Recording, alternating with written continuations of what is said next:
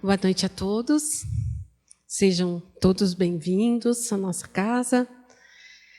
Como está ligado? Parece que não está. Tá? Como é de costume aqui da nossa casa, antes da gente iniciar a nossa reflexão aí sobre o tema, né, dessa semana, a gente faz uma reconexão aí com o plano espiritual, tá bom? Convido a todos, então, que possam acalmar a mente, o coração, que possamos nos sentir acolhidos e amparados pela espiritualidade, que possamos agradecer aos nossos mentores, nossos anjos da guarda, que nos auxiliam na nossa evolução espiritual. Nesse momento, em pensamento, abraçando carinhosamente nosso mentor e agradecendo a ele ou a ela pela sua presença constante em nossa vida. Agradecemos também a Deus, o nosso Pai, a Jesus, o nosso Mestre, irmão maior, a Maria, nossa Mãe espiritual, que nos acolhe, nos colocando sob seu manto de serenidade e amor, sempre que necessitamos de amparo. Agradecemos a toda a espiritualidade presente, que desde hoje cedinho estão aqui no trabalho, limpando, higienizando o ambiente e, nesse momento, derramando sobre nós uma energia de amor, de paz e de equilíbrio. Vamos, então, com os nossos corações repletos de amor e de gratidão, agradecer a Deus através da prece do Pai Nosso. Pai nosso que estais no céu, santificado seja o vosso nome. Venha a nós o vosso reino. Seja feito, ó Pai, a vossa vontade, assim na terra como no céu. O pão nosso de cada dia nos dai hoje. Perdoa, Pai, as nossas ofensas, assim como nós perdoamos aqueles que nos têm ofendido. Não nos deixes cair em tentações, mas livra-nos, Pai, de todo o mal. Que assim seja, graças a Deus e graças a Jesus. O tema dessa noite está ali na lousa, né? Provas e flagelos coletivos. Então, a princípio, parece, né, um pouco assustador, né? Traz um pouco de apreensão no nosso coração esse tema, mas a gente vai ver que, como tudo que é criação de Deus, tudo tem o seu lado também bom, né? Então, esse tema está relacionado ao Evangelho, capítulo 3, Evangelho segundo o Espiritismo, e no Livro dos Espíritos também. O capítulo 3 ele é bastante longo e ele fala dos mundos, né? Então, eu aconselho assim, que o pessoal que tiver em casa o Evangelho, ou se não tiver, também pode ter acesso à internet, tanto o capítulo 3 quanto essas perguntas, né, que eles citam, de 728 a 741, dá uma visão muito maior, muito ampla sobre o assunto que a gente vai falar, né? Como é um tema bastante complexo e muito rico em informação, então eu vou falar algumas coisas, poucas, né? Mas assim, né, se vocês tiverem essa oportunidade de se aprofundarem um pouco mais, é bastante interessante, tá bom? Então, começando aqui, a gente vai começar falando sobre o Livro dos Espíritos, né, na sua terceira parte, que fala sobre a lei da destruição. Kardec, então, questiona, né, os espíritos superiores sobre qual seria a intenção das divindades, né, em permitir que acontecessem as grandes tragédias. Então, ele pergunta, né, isso para a espiritualidade, e eles respondem que é para que a sociedade possa evoluir, né, o que deixa Kardec bastante surpreso, né, porque uma tragédia, como uma tragédia, pode trazer, né, evolução para a humanidade. Aí, nessa mesma questão, Kardec pergunta se não haveria o risco de muitos inocentes serem mortos nessas circunstâncias, né, já que né, muitas mortes acontecem se não haveriam pessoas inocentes, né, naquela tragédia. Ao que eles respondem que não, porque dentro do código das leis divinas, somente nos acontece aquilo que temos necessidade para a nossa própria evolução. É a lei de causa e efeito que estabelece os parâmetros não somente dos resgates coletivos, como também das técnicas que induzem os indivíduos a estarem nesses locais de tragédia. Então, só para a gente entender um pouco melhor, se a gente observar, por exemplo, num acidente aéreo, né, algumas pessoas, por razões diversas, não chegam, não embarcam, né? E outras pessoas fazem muito esforço porque precisam muito embarcar naquele voo.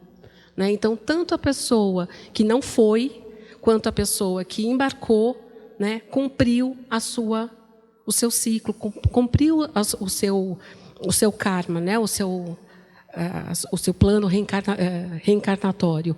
Aquele que não embarcou, né, e obviamente soube da queda, né, do avião, faz uma reflexão profunda sobre a sua própria vida, né, porque ele escapou da morte. Né, então, isso traz, geralmente, muitas reflexões para a pessoa. Né? Ela passa a valorizar mais a própria vida, ou a família, ou o trabalho, ou a própria família valoriza mais aquela pessoa porque poderia ter perdido, né, aquela pessoa. E aqui embarcou, né, que fez todo aquele esforço para embarcar e veio a desencarnar, cumpriu, né, a sua missão, né, na Terra. Então, essas são as técnicas que eles se referem, né, da espiritualidade para que as coisas se realizem da forma como elas têm que ser. Então, as tragédias, elas são sempre providenciais, né? Portanto, nós devemos sempre manter a confiança em Deus, né? Ter confiança em Deus, porque a gente fala, nossa, porque Deus, né, permite que aconteçam essas coisas, né? Isso às vezes é um pouco de falta da nossa confiança em Deus, né? E no caso, ele sabe o que faz, né? Então, nós temos também que considerar essas ocorrências, elas estão sempre dentro da lei da justiça e da lei de causa e efeito, né? E também da lei do progresso.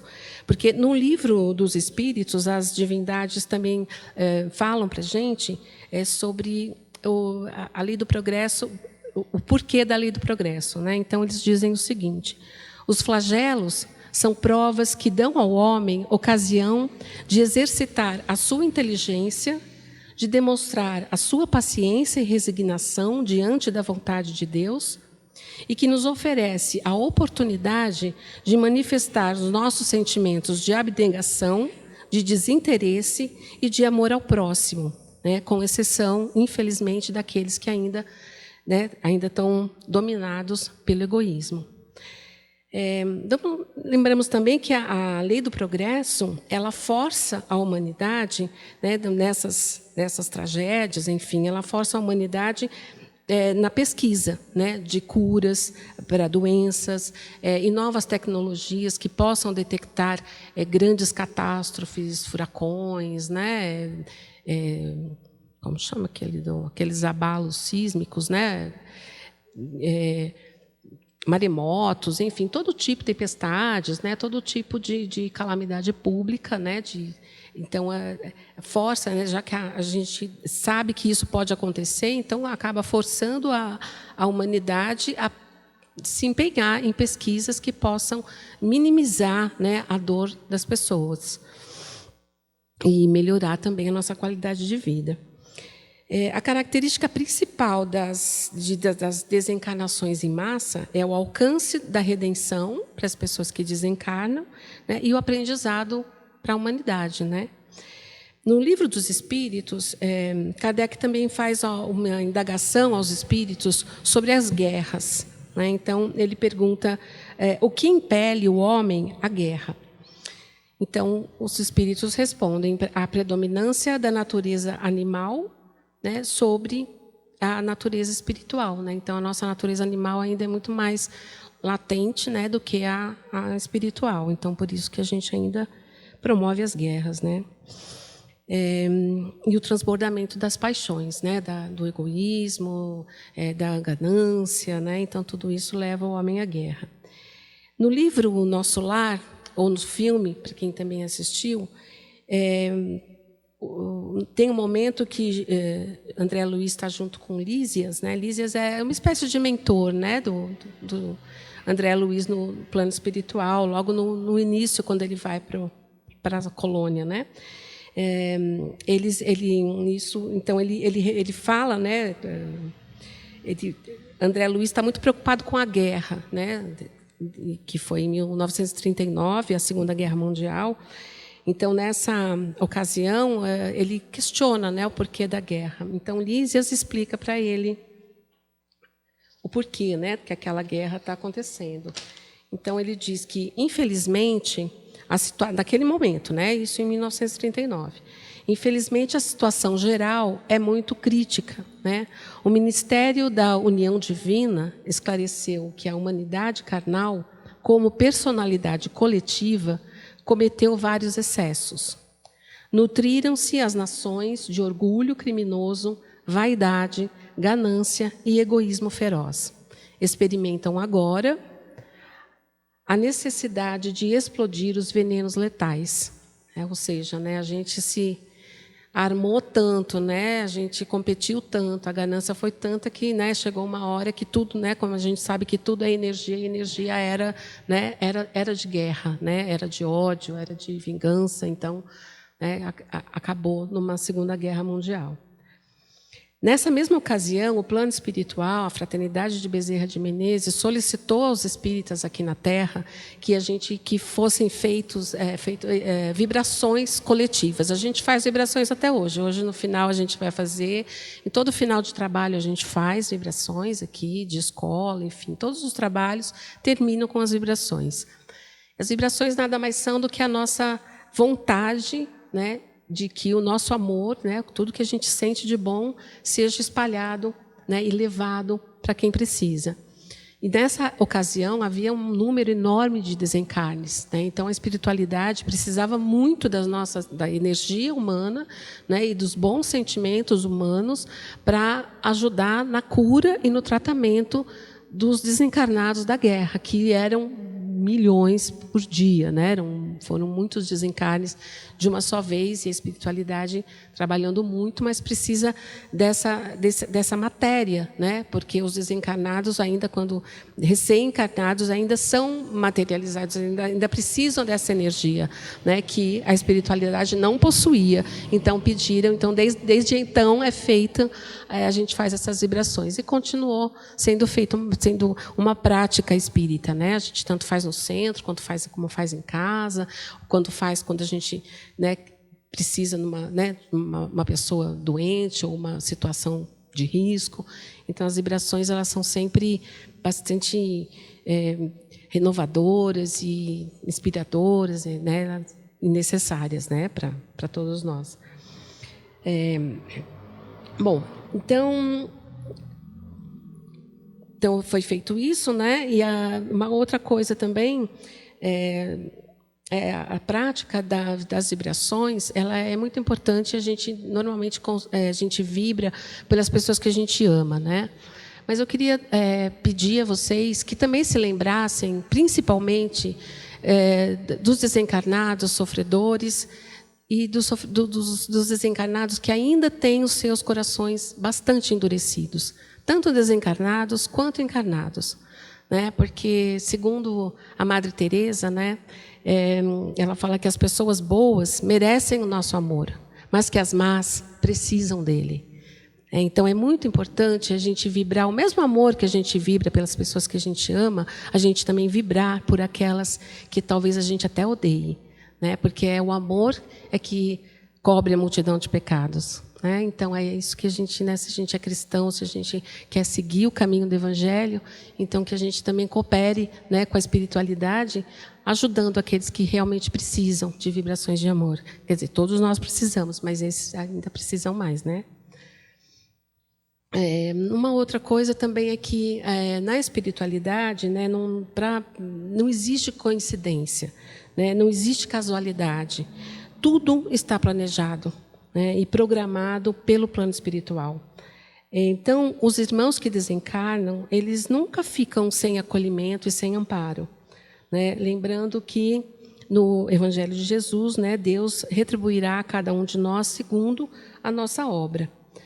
Então, quando ocorre um desencarne coletivo, né, com vários grupos de espíritos são preparados para receber, né, para acolher esses espíritos. Então, por mais que seja numeroso, por mais, né, não é inesperado, né? É inesperado para nós, mas o plano espiritual está tudo dentro, né, do plano de Deus, e eles estão preparados, né, para esse acolhimento.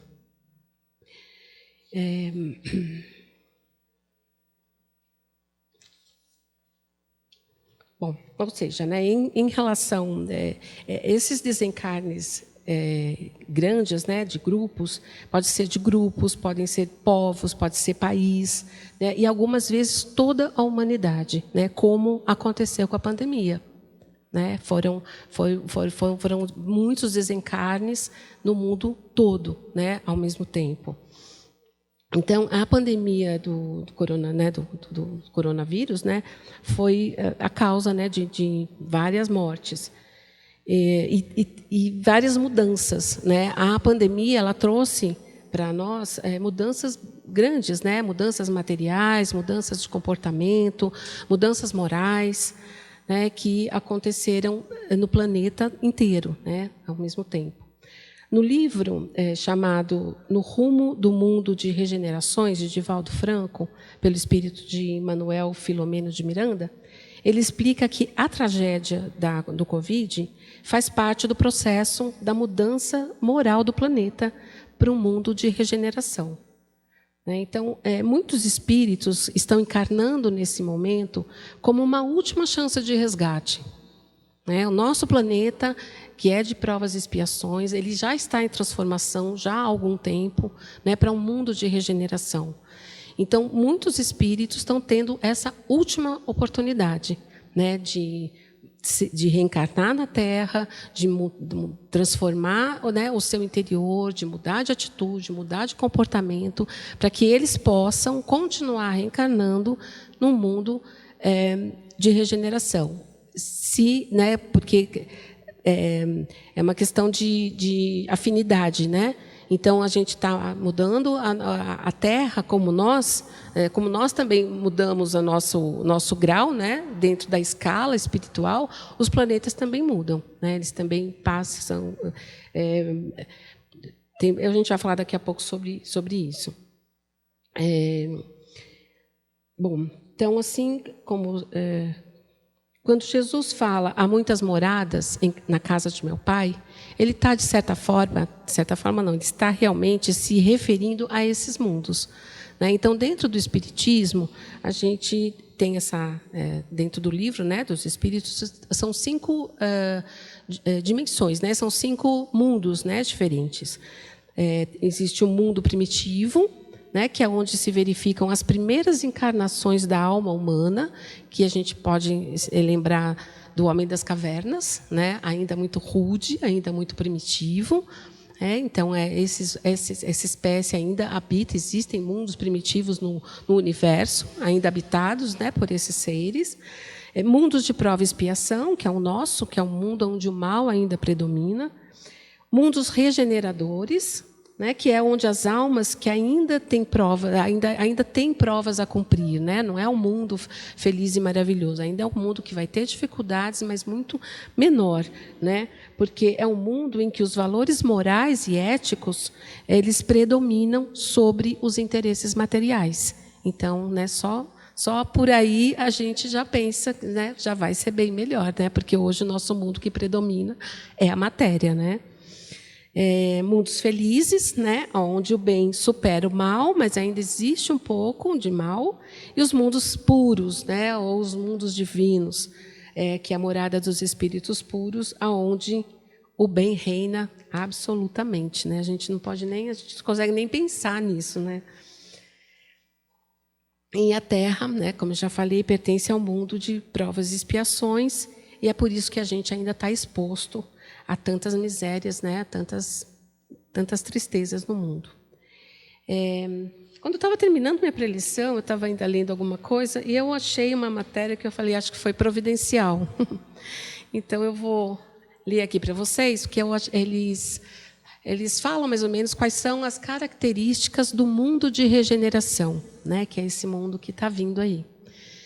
Então, o mundo de regeneração será um mundo diferente do que conhecemos atualmente, com características que refletem a evolução moral e espiritual da humanidade. Algumas dessas características são a justiça e a igualdade. No mundo de regeneração, a justiça e a igualdade serão valores fundamentais em que todas as pessoas serão tratadas com respeito e dignidade. Fraternidade e solidariedade. A convivência fraterna e a solidariedade entre as pessoas serão essenciais no mundo de regeneração, em que as diferenças serão respeitadas e as necessidades dos mais fracos serão atendidas. Desenvolvimento espiritual. A busca pelo desenvolvimento espiritual será uma constante no mundo de regeneração, em que as pessoas terão consciência de que a evolução moral é a chave para a felicidade e o bem-estar. Harmonia com a natureza.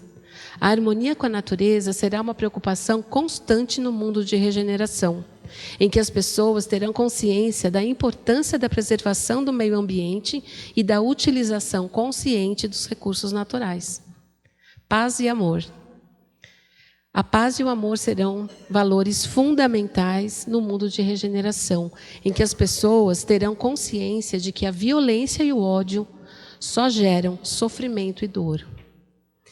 Como chegar ao mundo de regeneração?